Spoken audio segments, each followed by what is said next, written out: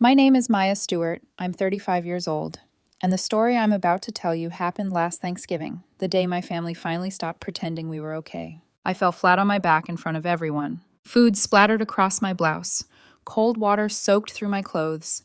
And the loudest sound in the room wasn't the crash of the chair or the clatter of plates. It was my older sister Karen's laughter, sharp and triumphant, echoing through the sudden silence. 12 pairs of eyes stared at me. A grown woman, 35 years old, a mother, a teacher, humiliated like a child at the dinner table. But that moment wasn't just a cruel prank. It was the breaking point of 3 decades of resentment. A single chair pulled away that shattered the fragile illusion of harmony my family had maintained for years. Before I tell you how it happened, thank you for taking the time to listen. Thanksgiving morning began quietly. Warm sunlight filtered through the kitchen curtains as I chopped apples and stirred cornbread batter, the familiar scent of butter and cinnamon filling the air. It should have felt comforting. Instead, my chest felt tight. From the living room came the cheerful sounds of a video game. My son, Alex, 8 years old, was sprawled on the rug, screen glowing, laughter bubbling out of him. Holidays were the only times he was allowed that privilege.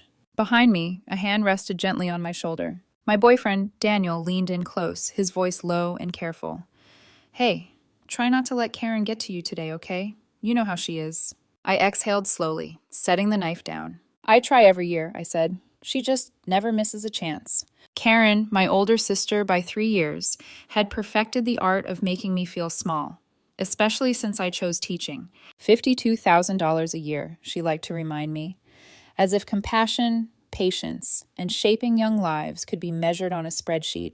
Growing up, Karen was always compared to me, but somehow I was the one who carried the weight. Straight A's, science fairs, scholarships. Our parents never meant harm, but their words planted deep roots. "Why can't you be more like Maya?" "She's doing it right." Seeds of resentment don't need anger to grow, just repetition. Now the irony was cruel. Karen made triple my salary in real estate, and she made sure I never forgot it. Alex suddenly paused his game and looked up at me. "Mom, I don't like Aunt Karen," he said quietly. "She always says things that make you sad." Daniel knelt beside him, smoothing his hair. "She doesn't mean it, buddy. Adults show feelings in weird ways." But when Daniel turned back to me, his eyes said what he didn't aloud. "You're worried about the house again, aren't you?" I nodded. The house in suburban Cincinnati, 3 generations of Stewart memories, was always looming between Karen and me. She'd never hidden her ambition to own it someday. To her, it was an asset. To me, it was home. As we packed the car, Daniel squeezed my hand. "Please," he said gently. "For Alex. For us." I forced a smile, even though I knew, deep down, it wouldn't be that simple. 40 minutes later, we arrived. The familiar wooden steps creaked beneath our feet. Pine trees lined the walkway, unchanged since childhood. My heart filled with warmth and dread. Dad opened the door, arms wide. "Maya, you're here." Mom rushed out next, flour still on her gloves, pulling Alex into a tight hug. "My handsome boy, you've grown so much." For a brief moment, things felt normal. Then, the roar of a luxury engine shattered the calm. Dad's face lit up in a way I hadn't seen in years. Karen had arrived. She walked in wearing a tailored designer coat, hair flawless, smile sharp, a bottle of vintage whiskey in one hand, a glossy gift bag in the other. She hugged our parents, then turned to me, eyes scanning my outfit, my posture. "Well," she said brightly, clapping my shoulder a little too hard, "is your old sedan still holding up? With your salary, you've got to take care of it, right?" My jaw tightened. Daniel's hand found mine, a reminder. Stay calm. Dad cleared his throat. "Both my daughters are successful in their own ways." But his proud glance toward Karen lingered just a second too long. Karen crouched in front of Alex and handed him the bag. "I know you love tech." Alex gasped when he saw the box. AirPods Pro. My heart sank. "Karen," I said firmly, "we talked about expensive gifts." She waved me off. "Oh, relax. My nephew deserves the best. It's not his fault if his mom's too strict." Alex slowly set the box down, confusion clouding his excitement. Mom clapped her hands nervously. "Dinner's ready." As we moved to the dining room, Karen launched into stories. $1 million deals, luxury trips, each word aimed like a dart. When I pulled my chair back to sit down, I had no idea it would become the symbol of everything that was about to fall apart. And that Thanksgiving would be the one none of us would ever forget. The dining room smelled like roasted turkey, warm gravy, and pumpkin pie, comforting scents that should have softened everyone's mood. Mom had lit her cinnamon candles, and the chandelier cast a honey gold glow over the fine china she only brought out on holidays. It looked like a postcard, but beneath that perfect surface, the air felt tight, like the room itself was holding its breath. Dad stood at the head of the table and reached for Mom's hand. "Let's give thanks," he said, voice deep and steady, the same tone he used when he wanted to remind everyone who was in charge. We all joined hands. Daniel's palm was warm around mine. Alex's small fingers curled into my other hand, trusting, safe. For a brief moment, I tried to convince myself, maybe this year will be different. Dad finished the prayer with a careful smile. "Especially today," he added, "when our family is reunited." When we let go, the clink of forks and plates began. The first bites were quiet. Then Karen started talking. It was like she couldn't help herself. She leaned back, swirling her wine like she was in a commercial. "So, I just closed on a property in Indian Hill," she said, loud enough for the whole table. 8 bedrooms, 10 bathrooms. The client insisted on imported marble from Italy. Can you imagine? Aunt Helen murmured something admiring. Uncle Phil nodded politely. Mom's eyes widened, like Karen was describing a fairy tale. Karen glanced at me, her smile tilting. "And get this, my commission alone could have bought 3 teacher salaries." The words slid under my skin like a blade. Daniel's thumb brushed my knuckles, a silent warning. Don't react. I cut my turkey into small, even pieces, forcing my hands to stay steady, as if precision could keep my emotions under control. Uncle John turned toward me with a kind expression. "Maya, how's school? Still teaching 5th grade?" I opened my mouth, but Karen beat me to it, voice dripping with fake sympathy. "Oh, she's still doing the whole saving the world thing," Karen said. "For what? Pocket change? Bless her heart." My throat went dry. Across the table, Alex's face tightened. He didn't look at Karen. He looked at me, like he was trying to figure out why adults were allowed to be cruel and children weren't. I took a slow breath and stood up, lifting my glass. "I'm just going to grab more water," I said calmly. "Everyone enjoy." I walked into the kitchen, pretending my hands weren't shaking. Mom had stacked pies near the window. The counters were dusted with flour. Everything about the room was warm and familiar, yet I felt like an outsider in my own childhood home. I filled the pitchers slowly, listening. At first, I heard the normal sounds of dinner, silverware, light chatter. Then I heard Karen's voice drop lower. Not quiet enough. I paused. In the dining room, Karen leaned toward Alex. I couldn't see her face from where I stood, but I saw Alex's expression shift, from curiosity to confusion to discomfort. My stomach tightened. I carried the full pitcher back, the weight of it heavy in my hands. As I stepped into the dining room, Karen suddenly stood, and I knew that smile. It was the same smile she'd worn when we were kids, and she'd accidentally knocked over my science project. The same smile before she joked to my crush that I wet the bed until I was 10. That smile meant something was coming. My heart started hammering. But logic tried to soothe me. We're adults now. She won't do anything outrageous in front of everyone. That thought was my biggest mistake. I set the pitcher down carefully. Water sloshed gently inside. I reached for my chair. And the moment my knees bent, Karen's hand flashed out. She yanked the chair backward in one swift motion. My body dropped into empty air. For one split second, I didn't even understand what was happening. Just the sudden free fall, the sickening weightlessness. Then, crash. My tailbone slammed into the hardwood floor. Pain shot up my spine. The pitcher slipped from my fingers, water exploding everywhere, soaking my blouse, splattering the rug, and hitting Mom's antique Persian runner like a slap. My plate flew. Mashed potatoes and cranberry sauce hit my collar, my cheek, my hair. The room went dead silent. And then Karen laughed. Not a nervous giggle, not an awkward chuckle. A loud, triumphant laugh that bounced off the walls. She pointed at me like I was a show. "Oops," she said, grinning. "Guess there's no room for poor teachers at this table anymore." Heat burned up my neck and into my face. I could feel water dripping down my sleeves. I could feel cranberry sauce clinging to my skin. I could feel every set of eyes drilling into me. 12 pairs of eyes. And the worst part wasn't the mess. It was the humiliation. The way I suddenly felt like I was 15 again. Standing in the hallway while Karen announced something embarrassing and everyone laughed because she was popular and I was me. Everyone reacted differently, like a painting frozen mid-stroke. Aunt Helen's mouth hung open. Uncle Phil stared down at his wine glass like it had answers. My cousins shifted uncomfortably, glancing at each other, unsure whether to laugh or look away. Mom went pale. Her hands flew to her mouth, a silent gasp trapped behind her fingers. Dad didn't move. He just sat there, eyes flicking between Karen and me, like he couldn't decide which reality he wanted to accept. Daniel shot up so fast his chair scraped loudly against the floor. "Maya," he said, voice cracking with shock and anger. He reached for me, but I pushed myself up first, trembling. My tailbone screamed. My hands shook so badly I almost slipped again. But I got to my feet. I stood there drenched and dripping, my hair stuck to my face, gravy on my sleeve. And Karen was still smiling. Alex's face crumpled, his eyes filled with tears. Hot, angry tears. His small fists clenched so tightly his knuckles turned white. Something inside me cracked, because I could handle Karen hurting me. I'd been handling it my whole life. But seeing my son watch it, seeing him learn that his mother could be humiliated and nobody would stop it, that was a wound that went deeper than my pride. Karen's voice softened into fake innocence. "Oh my God," she said, putting a hand on her chest dramatically. "Maya, I'm sorry. I didn't think you'd actually fall." But when I met her eyes, there it was. That glint. Not regret. Satisfaction. My mind flashed to a memory I hadn't thought about in years. Middle school, cafeteria.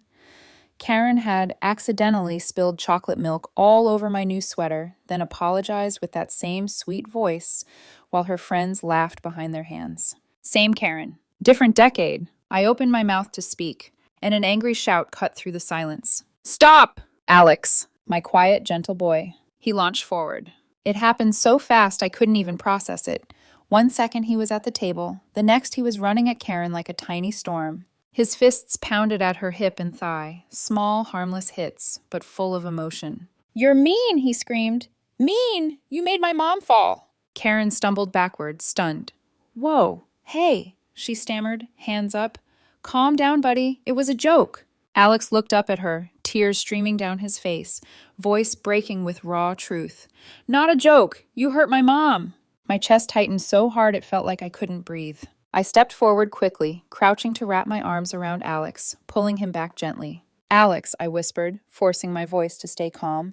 "That's enough. Mommy's okay." I wasn't okay, but I couldn't let him see that. Daniel stood beside me, his face dark, eyes locked on Karen like he was barely holding himself back. Karen's cheeks flushed, not with guilt, but with embarrassment. She snapped, voice sharp. "Wow, you're raising your kid to attack people? That's real classy, Maya. Teacher of the year." Daniel's head whipped toward her. "Don't you dare talk about her like that," he said, voice low and dangerous. "You did this." Dad finally blinked, like he was waking from a dream. Mom's hands trembled as she reached for a napkin.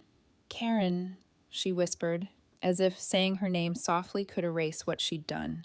I hugged Alex tighter, feeling his little body shaking with fury and heartbreak. Then Karen smirked again, trying to recover her power. "It was a little prank," she said. "He needs to learn to take a joke." I lifted my head slowly and stared straight at her. "A joke?" My voice came out quieter than I expected, almost a whisper. "You think humiliating me in front of my son is a joke?" The room held its breath. The air felt like a wire stretched too tight. And in that frozen moment, with Alex clinging to me and Daniel standing like a shield at my side, I realized this wasn't just about a chair. This was about everything we'd been refusing to say for 30 years. And it was about to explode. No one spoke. Not after my words. Not after Alex's scream.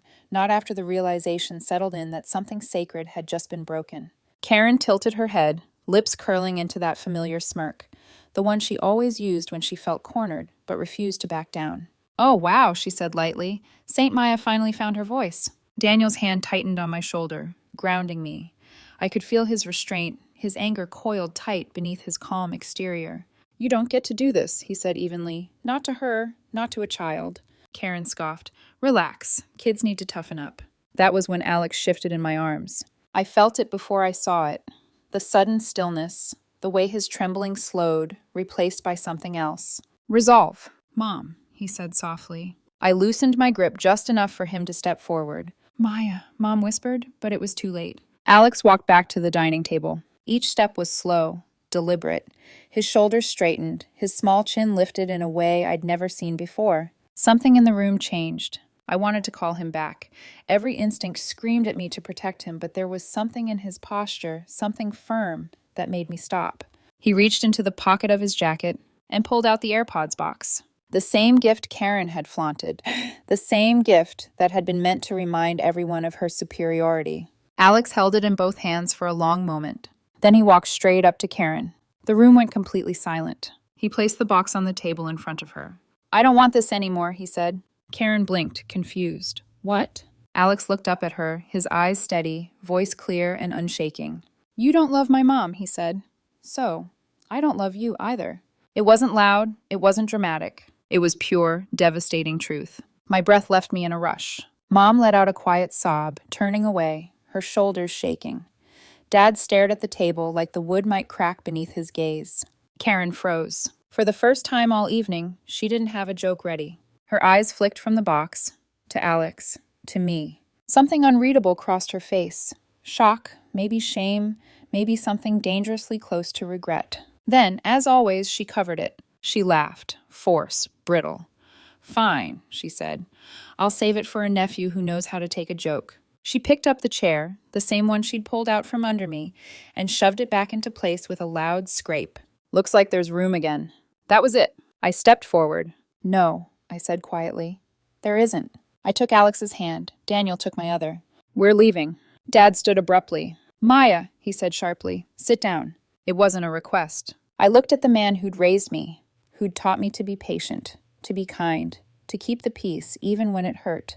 "Dad," I said, voice shaking but steady, "I can't sit at a table where I'm disrespected. Not tonight. Not ever again." Mom turned to him, tears streaming down her face. "Robert." Alex squeezed my hand. "Mom," he whispered, "it's okay." As we turned toward the door, something pulled my attention back. Alex stopped. He let go of my hand. And without looking at me, without asking permission, he walked back toward the table. I froze. Daniel's breath caught beside me. Alex reached for the gift again. This time he didn't hesitate. He pushed the box gently toward Karen. "You can keep it," he said, "but you can't buy love." The words landed like a blow. Karen's mouth opened, but nothing came out. And that was when the chair moved. Not the one Alex had touched, but the one Karen was reaching for. A heavy sound echoed through the room. Dad had stood up, slowly, deliberately. And for the first time in my life, I saw something change in him. His jaw tightened, his hands clenched against the table. Karen looked at him, startled. "Dad?" But he didn't answer her. He moved, fast, and what he did next would change everything.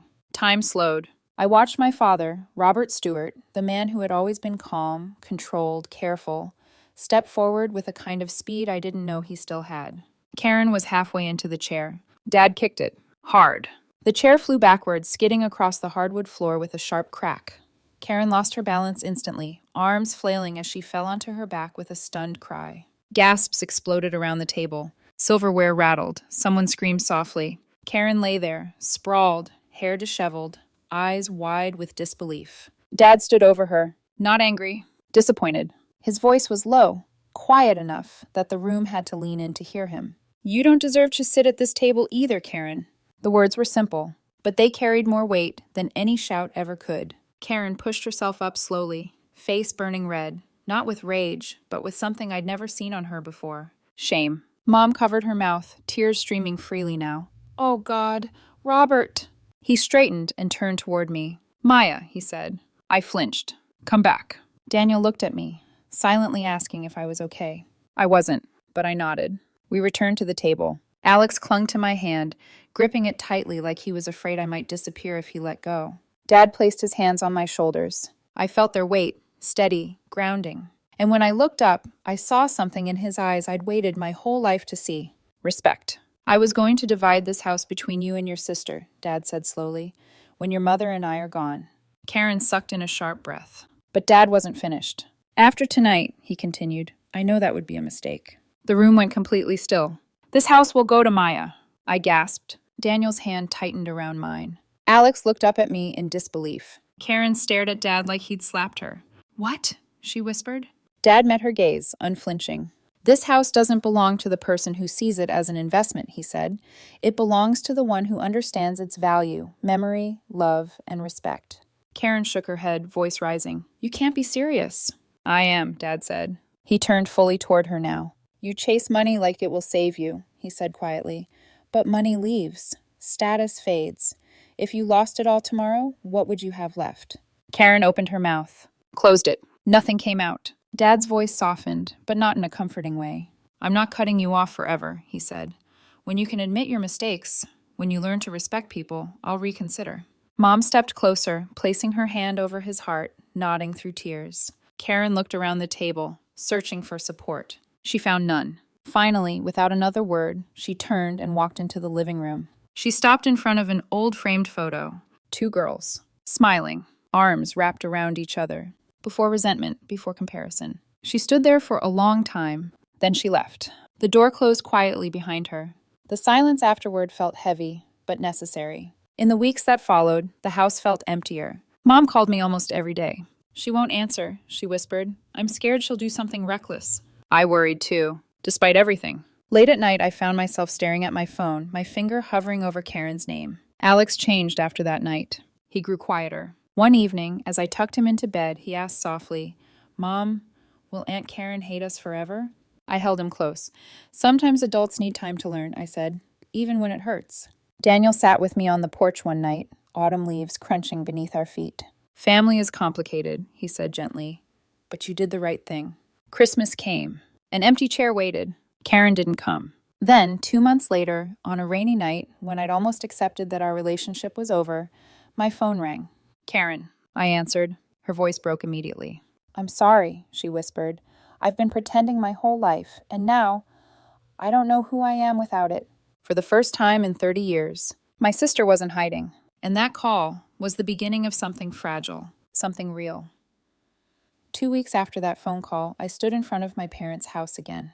Same porch, same steps, same memories, but everything felt different. Daniel squeezed my hand before we got out of the car. Whatever happens, he said quietly, you're not alone. Alex jumped out first, excitement battling nerves, his sneakers thudding against the concrete as he ran toward the porch like he always had.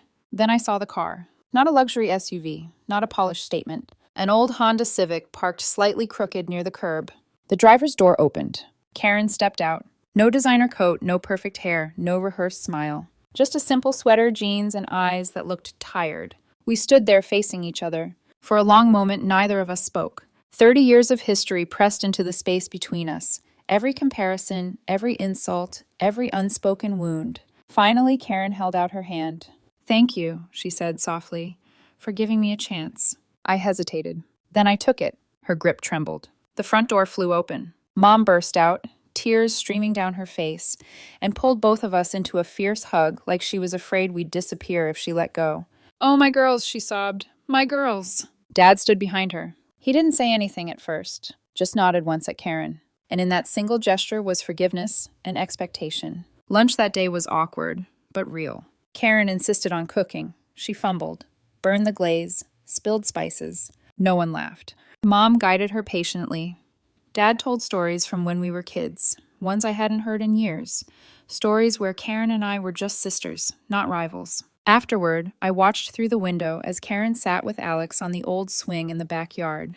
They talked quietly. I couldn't hear the words. But when they came back inside, Alex was sitting on her shoulders, laughing like nothing had ever been broken. She promised to teach me fishing this summer, he announced proudly. Karen smiled, small, careful, genuine. Change didn't happen overnight, but it happened. Karen sold the luxury car, moved into a smaller apartment, took a quieter job at the courthouse, less money, more purpose. Every Sunday, she showed up for dinner. Sometimes she was silent, sometimes awkward, but she kept showing up. That summer, she kept her promise. Alex caught his first fish. I watched from the shore as he held it up, beaming, Karen cheering louder than anyone. Later that year, Karen introduced us to someone new. Evan, a kind, grounded man who didn't care about status or appearances. He listened more than he spoke. He treated Karen gently. Watching her with him, I realized something important. She wasn't chasing anymore. One evening, as we sat on the porch drinking coffee, Karen spoke quietly. I spent my whole life trying to prove I mattered, she said. And when I lost everything I thought defined me, I finally felt free. I looked at her, really looked at her. Not the sister who hurt me, but the woman who'd finally stopped running. Another Thanksgiving is coming now. Another table, another meal. This time, no one's pretending. And that's the real meaning of gratitude. Sometimes we have to lose what we cling to understand what truly matters. Thank you for listening to my story.